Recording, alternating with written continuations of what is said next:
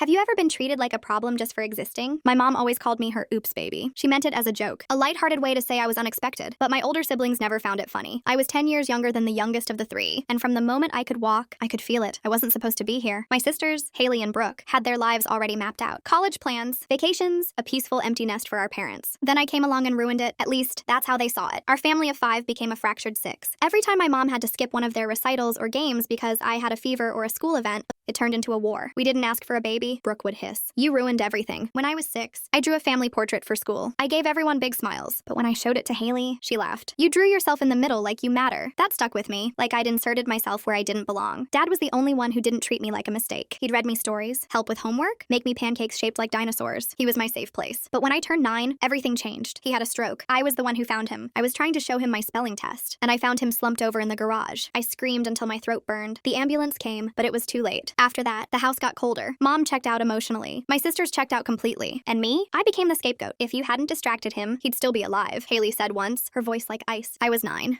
years old and convinced I had killed my father. Every time Mom cried alone in the kitchen, I thought it was my fault. I stopped asking for things. I stopped making noise. I became invisible. At 13, I overheard Brooke telling her boyfriend she wished I had never been born, that I was the glitch that broke our family. I remember going to the bathroom and staring in the mirror, wondering what I'd look like if I were someone they could love. On my 15th birthday, Mom forgot completely. There was no cake, no card, no text. I didn't remind her. I just ate leftovers and watched old videos of Dad making me laugh with his dinosaur pancakes. That night, I wrote a letter, not a goodbye note, just a goodbye to the version of myself that kept trying to be enough for people who never asked for me. I stopped seeking their approval, focused on school, took a job at the library, saved every penny. When I got accepted to college, I didn't tell anyone, just packed and left. 3 years passed with silence. Then out of nowhere, Haley showed up at my dorm with a coffee and a shaky smile. I saw your name on the dean's list, she said. I didn't think you'd actually make it out. I shrugged. Neither did I. She handed me an envelope. Inside was a photo of me and Dad at the zoo. He was holding my hand, grinning like I was the best thing that ever happened to him. He loved you, she said. We didn't know how to handle losing him, and you were the last piece of him. I nodded, but said nothing. Later that night, I read the back of the photo, in Dad's handwriting, my greatest surprise, and my biggest joy. For the first time, I believed it. Not because Haley brought it, not because they felt bad, but because I finally realized I was never the mistake. I was just the only one brave enough to stay.